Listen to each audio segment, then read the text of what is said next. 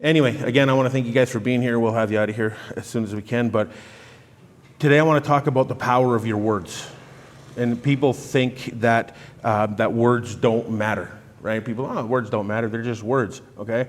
Then why do most people say, I don't want to say anything because I don't want to jinx it, right? I don't want to say anything because I don't want to curse it. Well, if you didn't think you could jinx it or curse it, then you wouldn't say it, or you would say it, right? So people don't understand the actual power of their words and what that means in your life and the lives of others and, your kids and the people you work with and the work for and all that other kind of stuff, especially in your own home, especially in your marriage, okay? Bridget and I deal with a lot of marital stuff and family stuff and every type of abuse you could possibly imagine and everything, right? So we see the power of words and how it works, and not even just in the Christian world, but in the regular world, people see that the power of words actually work, right? So I want to look at what the Bible says today. Even growing up, your parents, what do they tell you? If you have nothing good to say or nice to say, don't say anything at all. So that was tried to be instilled in you right as a child, right? And then usually children just throw that out the window and say whatever they want, Why is he so ugly, or something, but out of the mouth of babes, right? So if words don't have power, why, when growing up, hopefully not, but for a lot of people, what you heard when you were growing up still impacts you today, right? You're stupid, you're ugly, you'll never amount to anything, you're worthless, you're garbage, blah, whatever it is. And you heard that when you were, say, 5 years old, and now you're 55 years old or whatever, and those words still have power and they're still resonating in you because you believed them. So that old adage of sticks and stones may hurt my bones, but names will never, or whatever it is, sticks and stones may hurt my bones, is that what it is? But names will never hurt me. Break my bones, but names will never hurt me. That's a bunch of rubbish.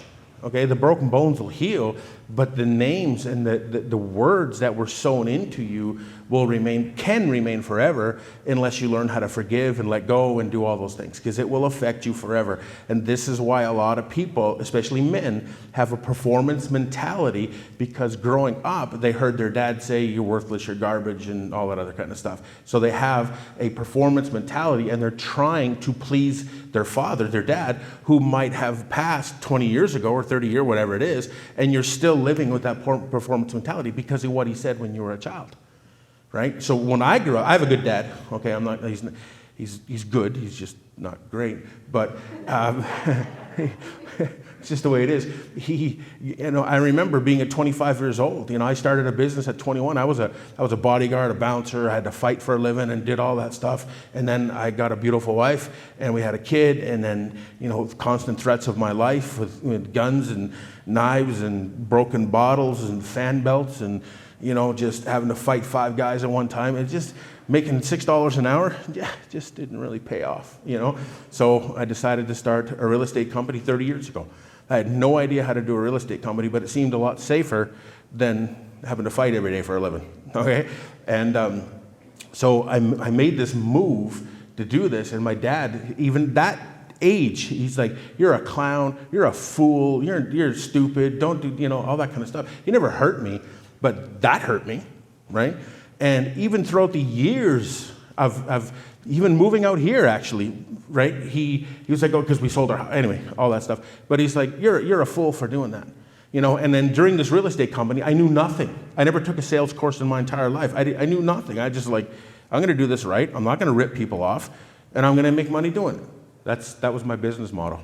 30 years later, we put $1 million companies out of business. Okay. Anyway. Even at that, when we were struggling and we're trying to get through, he would say, why don't you just go get a real job? Why don't you just go get a 2-week paycheck and get a real job? And I remember being on the phone, and I'm excited. I'm like, I got my first sale or something. I don't know what it was. And he's like, well, you're this and you're that or whatever. And I just thought, I hung up the phone and I said, why can't he just believe in me? Why? And now 30 years later, now he can say, oh, I'm proud of you, right? But I shouldn't have to prove myself. And that stuff stuck with me until I was probably in my late 20s, and I decided, what's the point of hanging on to this? It's just words sort of thing, right? But words are seeds. So when you put a seed in the ground, what happens? It grows into what? Possibly a great big tree or a great big bush. And that's what actually takes place, right? Thanks, honey. That's, our staff know me well, you know. They travel around the world with us. Anyway. Bridge and I have a privilege of going around the world and preaching the gospel. We're making plans right now to get back into Europe for 6 weeks in Brazil and different things like that. So in the wintertime, though. But anyway, that's beside the point. So if these words don't matter, then why do they affect you today? What starts most fights in a marriage? Words, right? Is that not right? I mean, I guess you don't put up your hand, because then you're going to admit you're fighting with your spouse, okay? Nobody's eager to put up their hand, right? Words start fights. Words create divorce and separation, okay? Now, I understand actions can do that too. I understand. But usually when you come home and you're grumpy or whatever the case may be, what happens? The sharp words that come out of your mouth start a battle. And then the other side is like, you know, and then she starts or he starts and she starts and he starts and this whole thing starts going on. And what is it over? Words. So words matter. Words matter greatly. So if you have nothing nice to say, don't say anything at all. Right? Now, let's look at some scriptures. Proverbs 12:18. If you brought a Bible or you got your phone, see, the funny thing is that people think that the Bible is a fictitious book. It's not. If someone actually just read the book of Proverbs, okay, King Solomon wrote the book of Proverbs, and it's like 31 days basically of wise counsel. Okay, you can be very successful in business just by reading Proverbs. You can have a very successful marriage just by reading the book of Proverbs. It's like, I'll just show you one of them. Is like, see, people think the Bible's hard to understand. The Bible's not hard to understand. The Bible can't be hard to understand because it says that a child should be able to understand it. Okay? Now, Proverbs 12:18 says, "There is one who speaks like the piercings of a sword, but the tongue of the wise is health." So how hard is that to read a day? That's pretty easy. You know, most people can binge watch Netflix for 6 hours, but they can't read that. This is the words of life right here. So just take on a commercial break or whatever you guys got going on, just listen to that. Listen to what it says. The one who speaks like a piercing of a sword. What does that do? Jabbing, poking, penetrating somebody, hurting them. You know, you see? Slicing their heart apart. But the tongue of the wise is health. So you can literally speak words of health to somebody. Like, I love you, you're beautiful. I mean, my wife is sitting right over there. You can go ask her how much I love her and tell her she's beautiful and she's amazing at her job. I mean, everything like that, okay? Am I a perfect husband? Well, no, but I do my very best to be as good as I can. Proverbs 15:4 says, "The wholesome tongue is a tree of life, but perverseness in it crushes the spirit." So you can literally crush someone's life, spirit, their joy, the way they live by the power of your words. I know somebody, it was a family member of mine, who used to like to sing, and she was a beautiful singer, and she liked to cook. And when you went to her house, she made a menu, like you'd go to a restaurant. And she didn't do this for every meal, but she did it for like special events and things like that. And she would put together a handmade menu, and in it would have the appetizer and then the main course, and you know, and she did all the stuff and tied it with a ribbon and put it all out and everything. And she did all this amazing stuff until her husband, I don't know if he got jealous or what the deal was, but he would just tell her all the time, "Oh, I could have cooked that better." The guy couldn't make toast.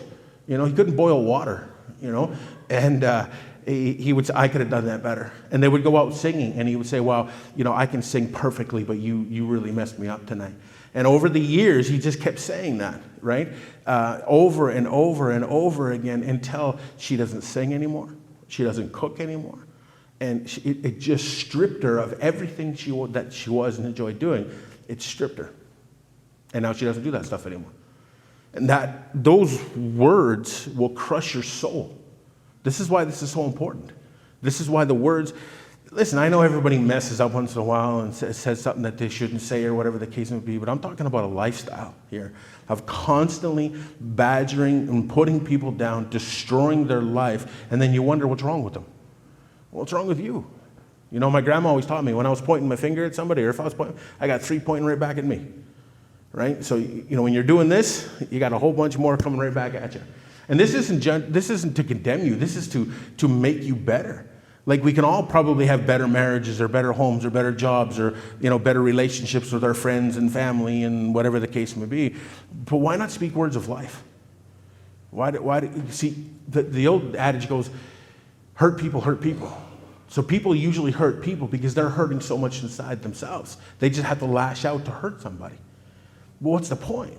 Because you know how much that hurts and you're trying to release it. It's the same reason why people cut themselves. I had family members that cut themselves. Their arms are all scarred up because they're trying to release pain, but they're causing more pain and harm to their body by trying to release it. It's the same thing as words, right? Proverbs 16:24 says, pleasant words are as a honeycomb, sweet to the soul and health to the bones. Now, God is very smart. So I've been teaching, I just taught this in Louisiana when I was there for 3 weeks, and I've been teaching it in Europe and things like that. But pleasant words are as a honeycomb. Real raw honey is very good for you, okay? It's good. It literally strengthens your bones. If you don't believe me, you can take out your phone and Google, what are the health benefits of honey? And you'll see that I'm telling the truth. How do I know that? Because I did it, okay? That's how I know.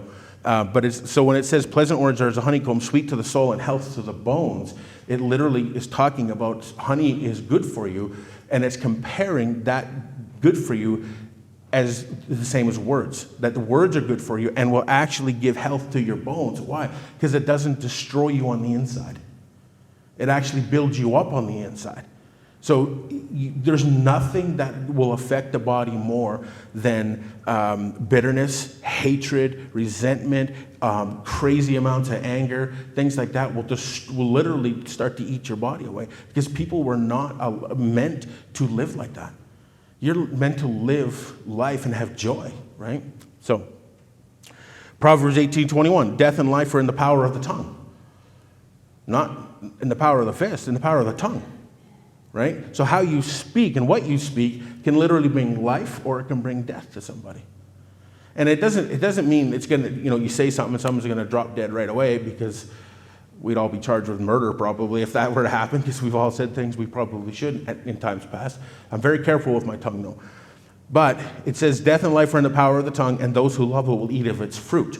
So you'll eat of its fruit, whether it's good or bad. Okay, just like a tree produces fruit, right? Some fruit is good, some fruit is rotten. The rotten stuff falls to the ground, right?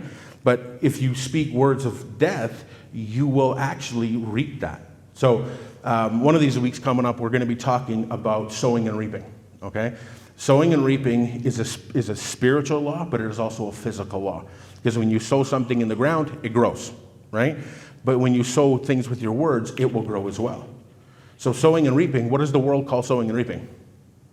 Karma, okay? The Bible doesn't use the word karma. It uses the word sowing and reaping. The world copies the Bible, it just kind of twists it, okay? It's karma. What does that mean? Well, if I do something like this, you see somebody did something wrong, you see a video or something, it's like, oh, this guy got instant karma. No, he reaped what he sowed. So sowing and reaping can happen immediately, or sowing and reaping, what you sow now you could reap that 30 years from now, right? What you sow into your children now, when they grow up, they may reap, and you may reap what you sowed in them when they were 5 years old. So this is why this is very important, and people don't think it is, but it is. Because we've all probably experienced that negativity of those words and the power of those words in our lives. It's terrible, right? If most men in here would say they know exactly what I'm talking about. Women too, but men especially, because men tend to hang on to those types of things too. Proverbs 21:23, whoever guards his mouth and keeps his tongue, keeps his soul from trouble. So if you guard your mouth and you guard your tongue, you keep your soul from trouble. Do you see? Because what you're saying will have an impact on you. What you're saying will have an impact on others. So it'll keep your soul from trouble. So if you want to keep your soul from trouble, watch what you say. And is it hard? Yeah. What did they tell you? Bite your tongue. Right? Bite your tongue. There's times in my life where I had to bite my tongue. And sometimes you have to go wash the blood off afterwards, And learning how to do this over the last 25 years and watching your tongue and watching your mouth and do those different things, it's not easy. Because if you're used to a certain pattern and you're used to just lashing out with the same old, but what kind of death and destruction are you putting in? When people leave you, do they feel blessed, joyful, alive, or drained? How's your home? What does your home look like behind closed doors? You know, it's really important. Matthew 12, 36 through 37 says, "But I say to you that for every careless word that you speak, you will give an account for." That's a big deal. "For by your words you will be justified, and by your words you will be condemned." Because you literally can condemn yourself in your life by how you speak. And people say, well, that can't be true. Then why are the words that people said affect you the most still today? Because there's words. If people literally would, I know people don't want to be ousted, but if you would be honest and raise your hand and say, you know what, that is me. I've dealt with that. I'm telling you, there you go, there's one. I'm not telling you to do that, but if you want to do that, I've dealt with that. For sure I dealt with that. Like I just told you, I'm kind of an open book. I don't hide anything, you know. I dealt with that. I never grew up hearing I love you. Never. I can remember 2 times that my dad told me he loved me. Once when my mom says, you're getting divorced, or we're getting divorced, when I was 12 years old. And he took his cowboy boots off. And why my dad was wearing cowboy boots, I don't know. My dad's not a cowboy. But I remember that. And he threw them against the wall and he said, I love you. Okay? I was 12 years old. And then I know it was twice, but I don't remember the other time. So it must have not been that epic. I don't know. I love my dad. We have no problem. We just don't have a tight relationship, right? I love my mom with all my heart, and she loves me. Like, she's phenomenal mom. I love her to pieces, you know. But I don't remember one time in my life she's told me she's loved me. Not one time. And that doesn't make her a bad mom. She showed it. She couldn't say it. But I know she does. I'm her favorite. Why wouldn't I be? You know? If you met my sisters, anyway, they might watch this. Sorry, sisters, but, you know. But that's just the truth. So I know it, but I never heard it. So I made a vow when I was 18 years old, and we got married and had our first child. Every single day I told him I loved him.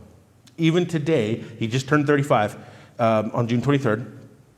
Every single day I talk to him, and you can ask Dave and Sandy, talk to him probably 15 times a day. I tell him I love him. Every single time. Why? Because I didn't want to be the same thing that I received. Because it matters, right? And our youngest son, same thing, right? Beckett calls our youngest son a unit because he's like a cyborg. That kid is ridiculously strong and ridiculously large. And anyway, so Becca calls him a unit. He's a unit, that boy. And so same thing. I hug him. I still hold their hand. I still tell him I love him. Even now, if we walked across the street, I'd be like, hey, Brandon, be careful. You know, the fire truck could hit him, and the fire truck would be hurt. You know, and I'm still like, be careful, son. You know, and it's just, I will always be that way. She does the same thing, right? Even though she, growing up, heard I love you like every 18 seconds, I think, you know. But I never got that, you know. And it affected me, and I didn't want to be that, you see. So Matthew 15, 17 through 20. Do you not know what enters the... So you have to have prefaces a little bit. So back in the day, there was the Mosaic law, okay? And these things were under the law. They had certain rituals and certain things that you had to do, and you had to have ceremonial hand washings before you ate foods, and you could only eat certain foods and things under the Mosaic law. There were 613 Mosaic laws, okay? We're not under that. Thank the Lord. Okay, so that's what this is talking about. Do you not understand? Yet what enters the mouth goes into the stomach and comes out in the sewer. But those things which proceed out of the mouth come from the heart, and they defile a man. So people back then were saying, if you don't wash your hands properly, what you eat is going to defile you. And Jesus was saying, no. It's not what goes into you that defiles you. What comes out of you defiles you, because it comes from the heart. Do you see? So the heart, people think the heart is this thing right here beating in your chest, or maybe more over here, okay? That is a heart, but that's not the heart of man. The heart of man is where the spirit, soul, and the body meet together, okay? So when somebody says, let's get down to the heart of the matter, it's coming down to the very core of who you are. That's what the heart is, okay? So that's what this is talking about. It's not talking about this beating thing in your chest. For out of the heart proceed evil thoughts, murders, adultery, sexual immorality, thefts, false witness, and blasphemies. These are the things which defile a man. But to eat with unwashed hands does not defile a man. Thank the Lord, because they're always usually doing something with dirty hands around here. But it's saying what comes out of your mouth comes directly out of your heart, and that's what's going to defile you. So we need to watch our words, okay? See, this is wise counsel to understand. You can literally change your life by how you speak, by changing how you speak. You can change everything. You can change your attitude. You can change your outlook on life. You can change your surroundings. You can change your marriage. You can change your home just by what you say. And sometimes it's not easy. Like I said, well, you're better off to go outside then, okay? Ephesians 4:29. Let no unwholesome word proceed out of your mouth, but only that which is good for building up, that it may give grace to the listeners. Let no unwholesome word. So you want to speak life as best you can. I'm not talking about flattery. Okay, I'm not talking about just filling somebody with smoke. That's not what I'm referring to whatsoever. I'm talking about speaking truth to them. In a marriage, you should not, if you focus on the bad all the time, it's going to be bad all the time. In life, if you focus on the bad all the time, it's going to be bad all the time. Focus on the good. Pull out what is good. Give a compliment. Your shirt looks nice today. Your hair looks nice today. You're beautiful. I mean, just do something, because what you sow, you will reap again. So if you sow this, they're going to get mad, and they're going to sow this, and pretty soon you got a battle ensuing on your hands. But sow life. Draw out what is good out of a person. Okay. Now, Colossians 4:6. Let your speech always be seasoned with grace, seasoned with salt, that you might know how you should answer everyone. So let your speech be flavorful to people, right? I've had people come to me and say, you know what, Marty, can you tell me what you see wrong in my life to fix it? And there is times we can say, okay, well, what are you dealing with? Where does your anger stem from? Things like we can deal with that. But if we get together and every time I just tell you what I see wrong in your life, how long you want to hang around with me? That would be the most depressing conversation ever, right? But how will we get together and I tell you what good I see in your life? Because that's going to draw out the goodness in you, and you know what? Like, that's awesome. So why can't we do that with our children and our spouses and things like that? The Bible tells you to love your enemy, okay? It doesn't. See, this is the amazing thing. It doesn't tell you to like your enemy. It tells you to love your enemy. To do good to those who despitefully use you. Why? Because they deserve it? No, because it makes your heart right. So if you can literally do something good for somebody who's doing bad to you, it will change you and keep your heart right. Instead of what? Revenge. Instead of going after them. I got to get you. I gotta get you worse than you got me and things. Then you live with a vengeful heart instead of just living in peace. And having that joy inside you. Trust me, I was angry. I can come from a position of where I was close to 30 years ago to where I am today. It didn't happen overnight, and that's almost 30 years. I was angry, I had road rage like you wouldn't even believe. And the funny thing is, road rage is never about the person cut you off. You don't even know that person. The road rage is what's going on inside of you, and that's the outlet. Right? What if this Darren fellow who I don't know, well, I know him, but if I don't know him, he's driving down the road and he cuts me off and he doesn't know, he's just singing some song and he's happy to go home to eat some roast beef or something, and he just misses a turn, or and all of a sudden I've had the worst day ever, and I'm bleeping and blapping and flipping and flapping and doing all these things and chasing this guy. He's like, what are you doing? Like, what's the problem? But he wasn't the problem. I was the problem. But I'm blaming it on him because he's my outlet. Do you see what I'm saying? That's what happens. And we're like, that guy's such and such. Okay, what are you doing? And my anger, the only reason I never let it out towards my family or anything like that. That's why I had a kind of a good job for that kind of stuff, anyway. Okay, so I never released it that way. It was always like to road rage or something of that nature. But it's because of the rejection I felt as a kid growing up, it came out in anger. It's going to come out somewhere. It has to come out somewhere. That pain and stuff that's inside of you, some people say, well, time cures everything. No, it doesn't. it compacts it and pushes it down and pushes it down and pushes it down like a spring. You keep pushing it down until that spring gets tight enough, and guess what happens? It explodes. That's exactly what happens. So this is known as a short fuse. Some people have a short fuse, like this big, and some people have a little longer fuse, okay? As you learn to walk this out, your fuse actually gets longer and longer and longer until you can't even light it anymore. Do you see? There's somebody in this park that told me one time, I have the worst, he told me about himself, that he is the worst tempered you've ever seen in your entire life. You know, and I believe it. He looks like a stick of dynamite or a firecracker lit. It's already lit. I think it's constantly lit. But the pain I felt inside of me was the outlet, or the road rage was the outlet for the pain I felt inside me. So I had to freak out. I had to do these things because I had to let this out. And then what happens afterwards? You feel like garbage. You don't usually feel vindicated. You feel terrible. But it's because of the way I felt. So I had to deal with it. And that was 30 years ago. You know, I don't, people can cut me off, run me off, do whatever they want for me, and to me, and I'll just be like, Lord bless you. You know, we drive down the road, people do all sorts of crazy things, and I'm like, wow, that guy must be in a hurry, you know? And then usually we sing, I don't sing country songs, but there is a song called, or something, it's like, he's in a hurry to get things done or something, rushing or something, till life's no, something like that.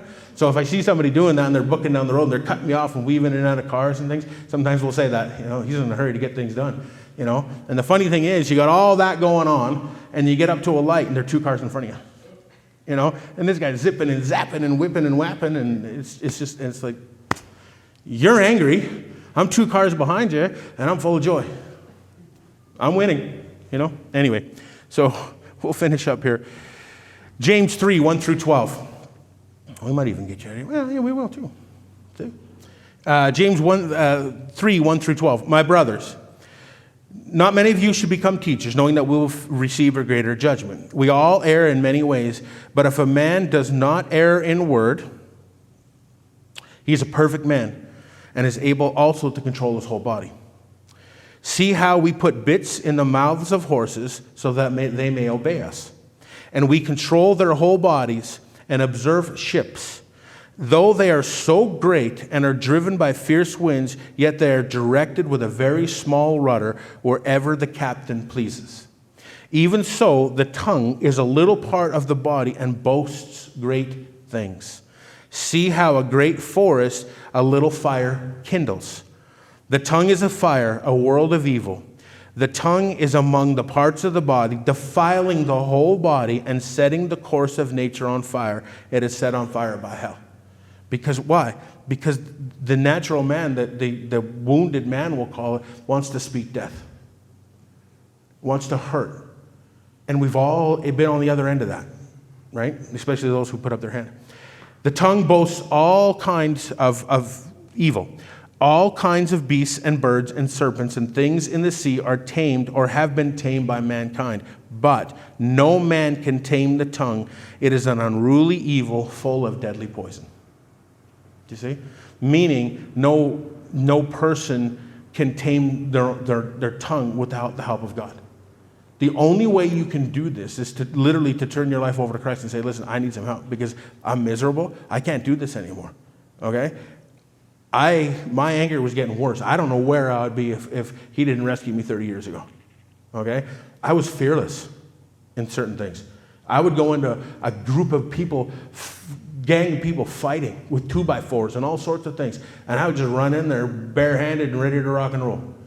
You know, I might even be 6 feet under right now or in an ash box or something, you know. But God came and rescued me, just like Stephen McWhorter. So we'll finish up here.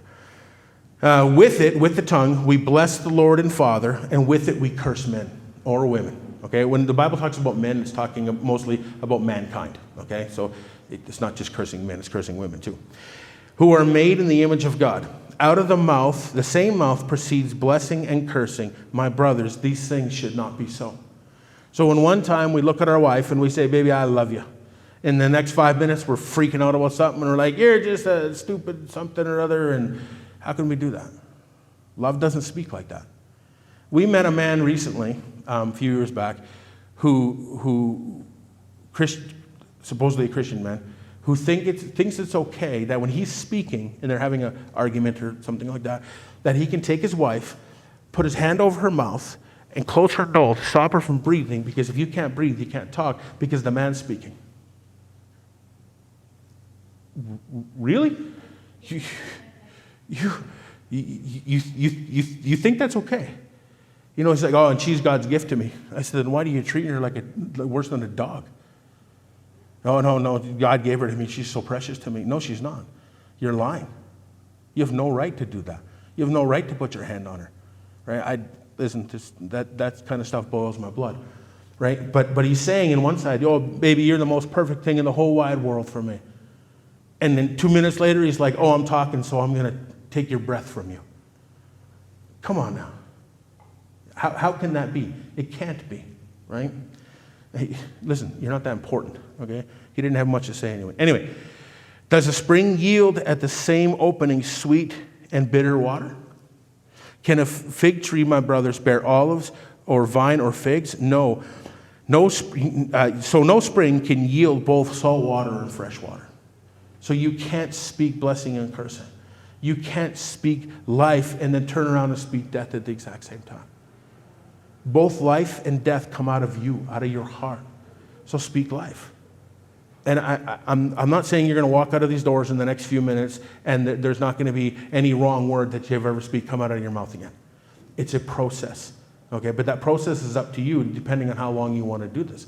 And I'm literally trying to give you a recipe for a better life, a better relationship, a better workplace. You name it.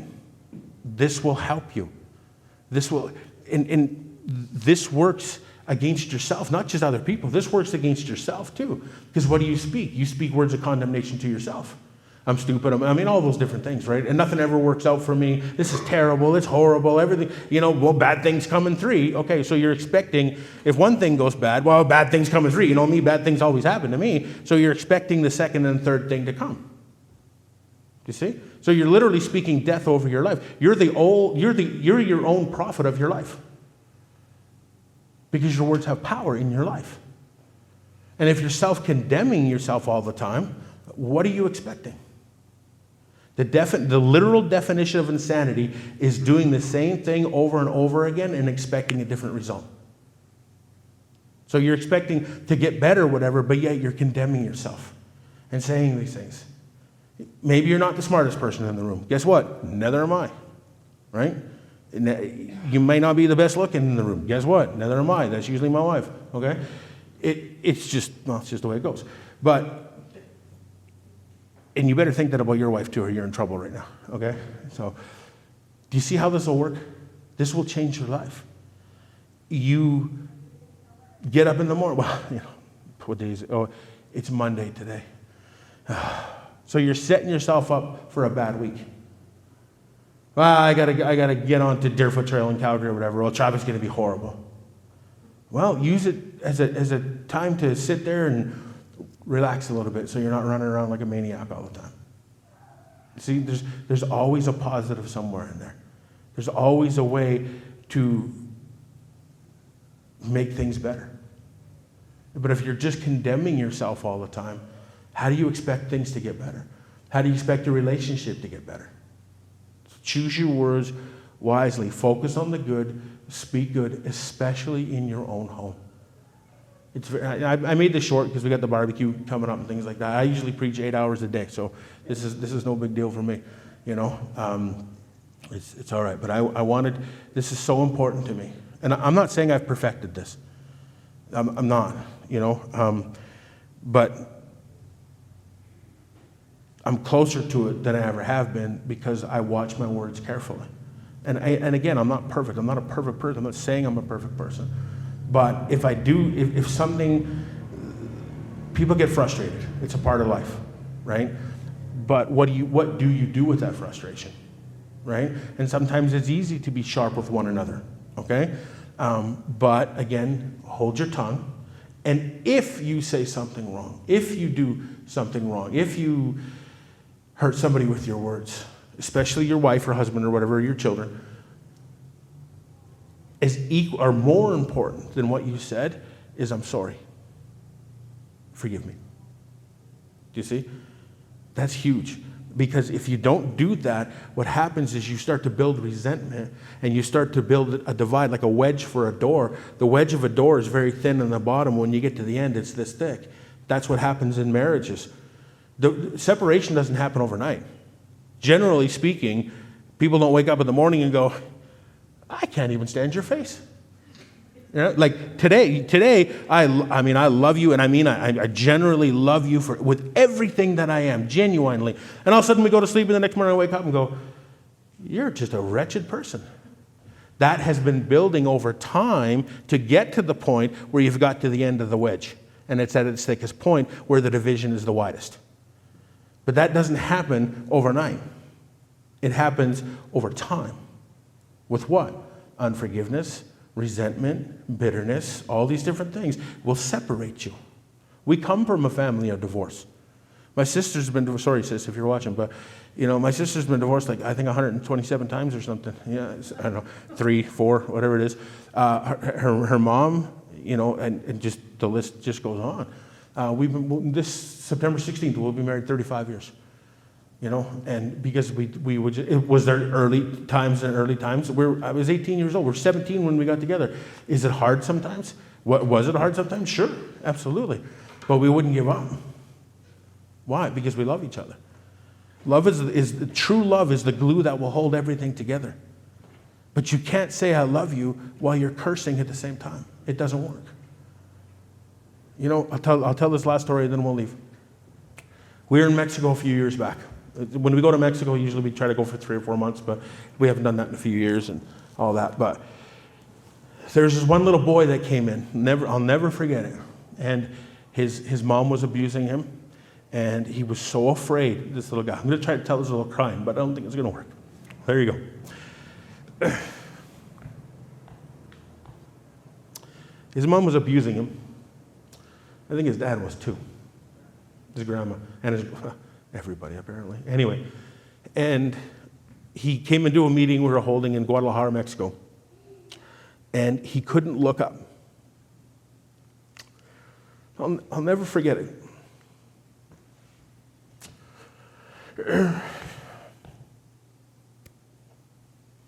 Shouldn't have told the story. He couldn't look up. He would just stare at the ground.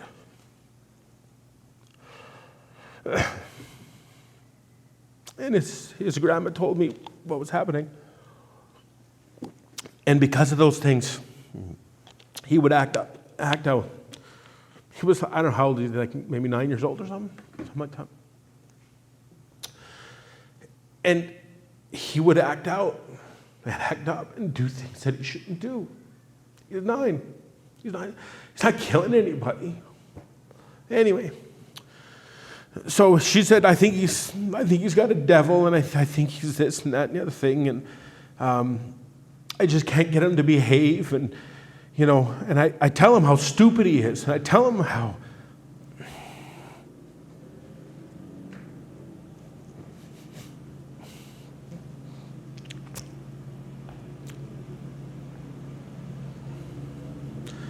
this is why we fly around the world to help people.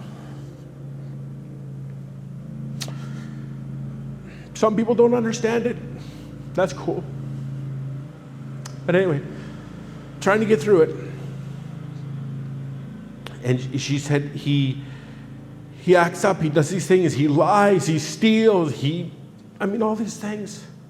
And then she tells us about the abuse and all this stuff. And then, so she says, I tell him how stupid he is and how a horrible kid he is and what a wretched person he is and all this stuff. And I said, lady, shut your mouth.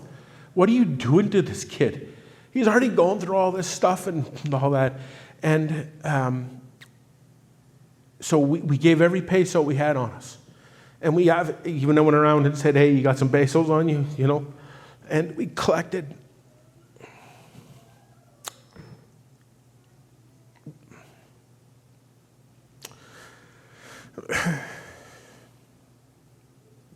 We collected as much pesos as we could. And I said to the grandma, and somebody else was with her too. And I said, you take this boy, and you take him in Guadalajara, I think they had a Walmart or something. And I said, you take this boy, and you take him to a Walmart, and you buy him anything he wants, right? As much as this will buy it for him. And she's like, why?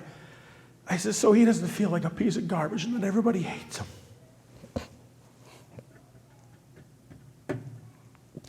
Make him feel like a king for a day. Her words were condemning him worse than what he was going through. So we went back about a month later. That kid came in. He was bright. He was cheery. He was laughing. He was sat on my knee. He could look at me. We have pictures of it. Because the grandma now realized what she was doing was so wrong. She thought she was trying to help him by saying those things to him. And trying to change him by telling him what a horrible kid he is.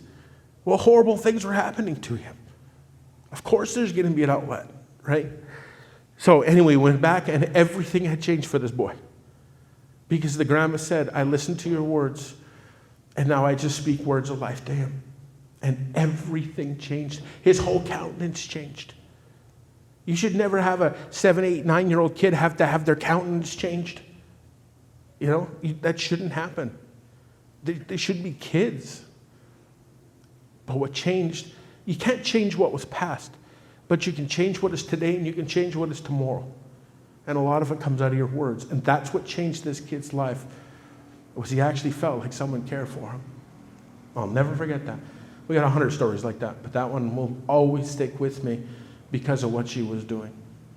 She was just adding fuel to a burning fire, right? And everything changed for that boy. So anyway, didn't mean to tell that story, didn't know I was going to go there, but it's a rough story. But we see these things all over the world, wherever we go.